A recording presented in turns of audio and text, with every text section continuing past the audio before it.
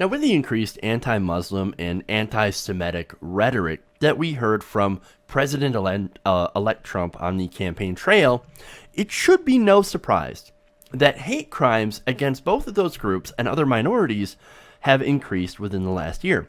In fact, according to the latest FBI annual hate crime report, there has been a huge spike in the number of hate crimes nationwide, with Muslims, unsurprisingly, being targeted the most. In fact, in 1 year, anti-Muslim hate crimes in the United States rose a staggering 67%, from 154 incidents in 2014 to over 257 in 2015, according to the latest numbers released by the Bureau's, the FBI's Hate Crime Statistics Report. That was earlier this week that it was released. Now, according to Mark Potok with the Southern Poverty Law Center, says that is the highest number since 2001, when the Al-Qaeda attacks on New York and elsewhere drove that number to its highest ever level, 481 hate crimes. Now look, in case you are unfamiliar with the definition of a hate crime, the FBI defines it as a criminal offense against a person or property motivated in whole or in part by an offender's bias against a race, religion, disability, sexual orientation, ethnicity, gender, or gender identity. Now, the way it works is that law enforcement agencies across the country submit incident reports on a yearly basis. Now, the reports include information detailing the offenses, victims, offenders, and the location of these hate crimes. Now, the Bureau's Uniform Crime Reporting Program data showed 5,850 hate crime incidents reported to police in 2015. That is a 6.8% increase from the 5,479 incidents reported in 2014. So basically, look, that is an increase in overall in the number of hate crimes in America. Now, is that because more people are acting out against minorities, or is it because it's been reported more? That I'm not sure of. Okay. So now, but according to the report, police recorded 5,818 what they call single bias incidents. Now, let me explain what that is. In the single bias incidents are incidences in which one or more offense types are motivated by the same bias. For example, race. Attacks on people who look Arabic or even Latino. Now, of those 5,818 single bias incidents, 59.2% of them were motivated by a racial, ethnic, or ancestry bias. So, let's break it down simply, right? So, about 60% of those hate crimes were motivated just by the way you look. For example, if you look Mexican, or if you look black, obviously if you're black, or if you look Middle Eastern, attacks on people who just look a certain way have increased by 60%. Jesus and Lord mercy, man. Now, look, explaining the whole Muslim thing, maybe it's probably because some of these idiots think that every Middle Easterner is a Muslim, which they are not. For example, there are Arabic Christians. You ever heard of the Coptics? And you also have other religions in that area. Yes, that are minority religions, I realize. But not every person who looks Arabic, who looks Middle Eastern, is a Muslim. I'm just saying. Now, that's not to excuse the people who attack Muslims that are, well, actual Muslims. They look Muslim, they are Muslim, right? That's not to excuse that because it's still heinous. But I'm just trying to say that, look, these people are so stupid that not only are they doing hate crimes, but oftentimes they do hate crimes against the wrong people. For example, there have been a lot of attacks against the Sikhs. Now, the Sikhs look like Muslims, but they're not. They're not the same thing. Oh, but they look Muslim, so they must be the terrorists. They must be the Muslims. Well, here we go. Now, I'm going to go and break down some more of the numbers. Now, 19.7% of those hate crimes were motivated by a religious bias. Okay, so that one you definitely know, hey, this person's a Muslim, this person's an atheist, this person's whatever. Well, I know that person is that religion. I know this person is a Jew. And we'll get to some of the anti-Semitism in a little bit, because that's also an important factor in this. Actually, a big factor in this. But 19.7% religious bias. Then you have 17.7% that are being discriminated because of their sexual orientation. 17.7% of those hate crimes are because, hey, this person's gay. Normally. Gay, transgender, that also fits into it. No, I'm sorry, that doesn't fit into it. That's the next category. But basically because, hey, you're gay. Oh, lovely. So 3.3% are actually from gender identity, disability, or gender bias. So that's all combined into the last one. That's actually the lowest part of the hate crimes. Now, I want to stop here for a second and say that while all these different crimes and the reasons that these are happening are heinous, who are the assholes that attack somebody based on being disabled? I mean, look, all of these are low, but attacking a disabled person for being disabled, doing a hate crime against somebody, that is just the lowest of the low. That is scraping the bottom of the shit barrel.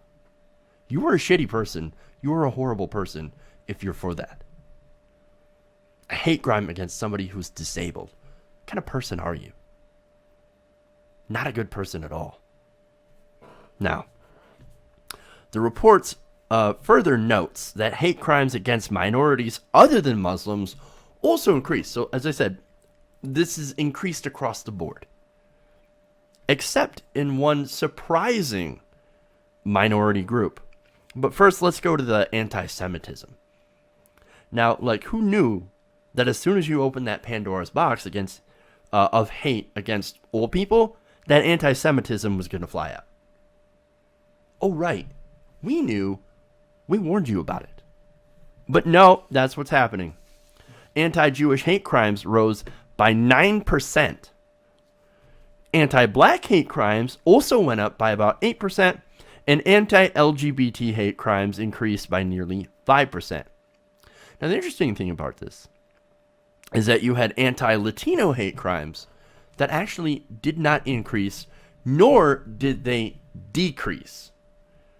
Fascinating. Now, look, I think that's a good thing that it didn't go up. But I guess maybe that's because people were too busy hating the Muslims, the gays, and the blacks to really care about hating the Latinos. But hey, that's just me. I'm not looking at the bright side here because I'm a bit of a pessimist. You might have noticed. But look, now I mentioned that some of this rhetoric is related to Trump. Now, look, don't misunderstand me. I'm not pinning all of this on Donald Trump. No. In fact, earlier, he did tell his supporters, hey, stop bullying minorities. Stop it.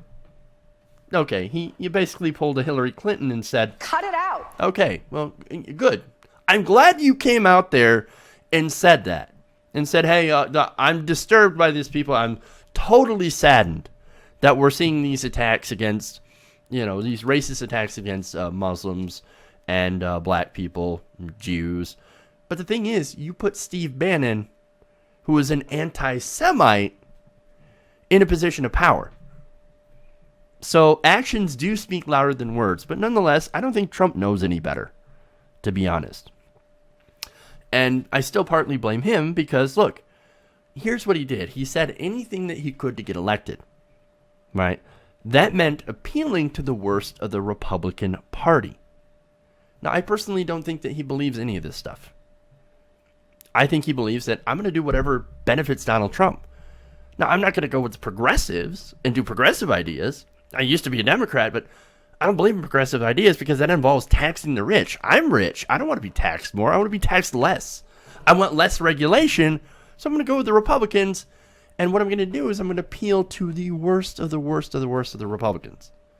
That racist, that xenophobic faction, the literal basket of deplorables. That's who I'm going to appeal to because I know I can count on their vote.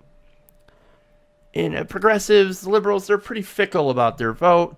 I'm not going to appeal to them. They don't have the turnout. And it's true. Over 55% of Americans didn't turn out.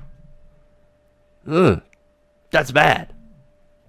So you really can't count on. Look, liberals fall in love, right? Republicans fall in line. That's what that whole thing's about. But anyway, look, I say this about Trump because it's what I've been saying throughout the entire election season. Donald Trump's a con man. He's a salesman. And he's ignorant about a lot of issues as well. What he did is that he said that things that certain part of America wanted to hear. See, that hate is not the fault of Donald Trump. It had existed long before Trump. And what he did is that he exploited that fear, that anger for votes. And it's not as if Republicans haven't been doing that for decades. I mean, does anybody here remember the Southern strategy? Where you sit and appeal to white racists. And before you say, yeah, but that's not fair. Those were racist white Democrats in the South.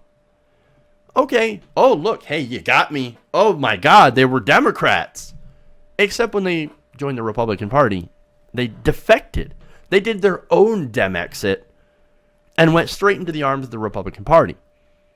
And the Republicans milked that racism for years. So much so that 2 of the past RNC chairpeople had to go and apologize. We're sorry about using that whole racism to get elected thing. Our bad. Except that they're still using it. They're still using that strategy. Now this time it's not so much against the black people, but it's against other minorities. It's against Mexicans. It's against the Muslims as well. Fear, fear, fear, fear, fear. You need to vote for us because you need to be afraid. And we're going to do something about the Muslims. We're going to do something about terrorism. We're going to bomb the shit out of ISIS. We're going to protect our borders. We're going to, do all this fantastic stuff.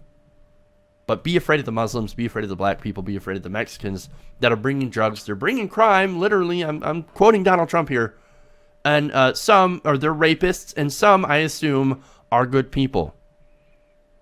That's the brand new modified Southern strategy right there. If you don't see that, you are blind. You don't want to see it.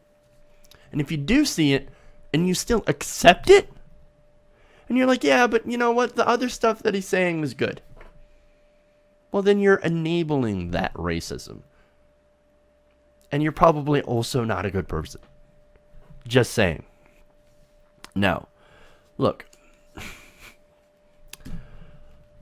On the Muslims, there's a reason that I and other leftists defend them. It's not because we agree with them. No. We don't agree with them. I personally, I despise their religion. I despise Islam. I despise Christianity as well. I despise all religion. However, I do believe that in America, and this is going back to the First Amendment, that they do have a right to practice their religion so long as it does not hurt another person. If it doesn't hurt or discriminate against another person, if it doesn't infringe on their freedoms, then they should do whatever the hell they want. You want to wear a hijab? Wear a fucking hijab. I don't agree with it. I don't like it. But if that's what you want to do, then do you. Who am I to say that what you can wear, what you can and cannot wear? Because that's just exercising control over another person. To say that, hey, you can't. I'm going to ban you from wearing that burqa. Well, then you've just become what you've hated. You become the fashion police. You say, you're not allowed to wear that. Well, who am I to tell you what you can and cannot wear? No, I'm going to tell you what to wear because I believe in freedom. Get the fuck out of here. That's not freedom. Forcing people into burqa is also not freedom. But saying that, hey man, it's not my place to tell you what to wear. That's freedom. Saying you wear what you want, man. Have at it. You ain't hurting me with what you're wearing. So, that's that whole thing. As long as you're not hurting someone else, as long as you're not taking away anybody else's freedom, then I don't care what you do. And that should be the American position, but unfortunately it doesn't seem to be. Look, and it seems to be in a lot of some of the other left-leaning countries as well. Like France did the same thing. Like, what the fuck, France? What are you thinking? telling people what they can and can't wear. Get out of here with that shit. But anyway, look, to those who think that all this stuff is fine, do you actually think you're fighting terrorism by pulling off a fellow American tea job? Is that what you think you're doing? Do you think you're fighting Sharia law by threatening a fellow American citizen because they have a different religion or because they look different than you? Is that what you're doing? No, you're not fighting ISIS. You're not fighting the Islamization of the West. You know what you're doing? You're being a dick. That's what you're doing.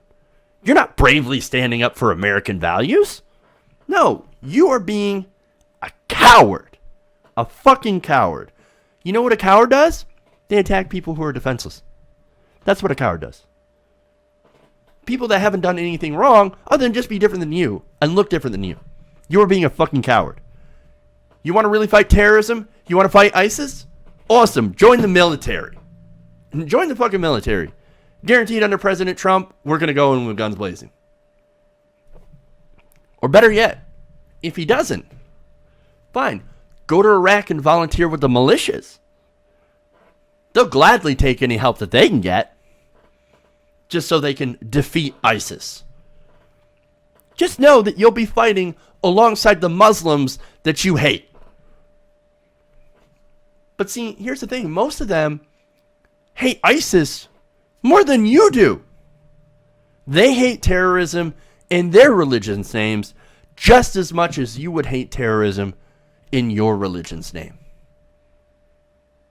Maybe more. So look, these numbers, yes, they're depressing.